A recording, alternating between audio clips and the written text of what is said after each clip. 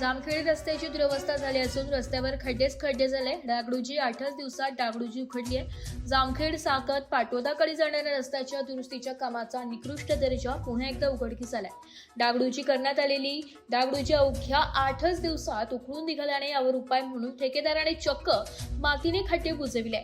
इस्टिमेटनुसार काम पूर्ण झाले नाहीये असे सामाजिक कार्यकर्ते हरिभाऊ मुरुमकर यांनी 16 तारखेला बांधकाम विभाग कार्यालयाला टाळे ठोकणार व 17 पासून तहसील कार्यालयासमोर उपोषणाला बसण्याचा इशारा निवेदनाद्वारे दिलाय। संबंधित ठेकेदाराच्या कामकाजावर गंभीर प्रश्नचिन्ह उपस्थित झालाय।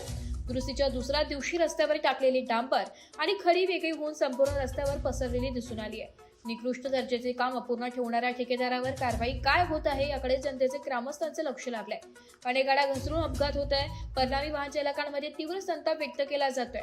विशेषतः दुचाकीस्वारांना या रस्त्यावरून प्रवास करताना मोठ्या अडचणींना सामोरे जावे लागत असून वाहनांची चाके घसरण्याचे प्रकार वाढले।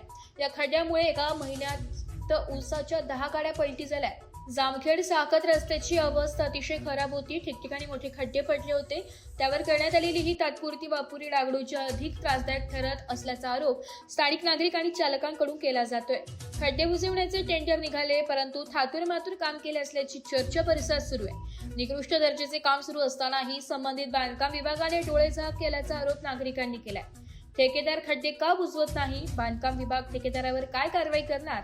ठेकेदाराला अभय नेमकी कोणाचे अशी नागरिकांमध्ये चर्चा चालू आहे। रस्त्याची ही अवस्था अत्यंत गंभीर असून तातडीने दर्जेदार दुरुस्ती करण्याची मागणी जोर धरत आहे। एस मराठी न्यूज साठी तालुका प्रतिनिधी बापूसाहेब घोडेस्वार, जामखेड।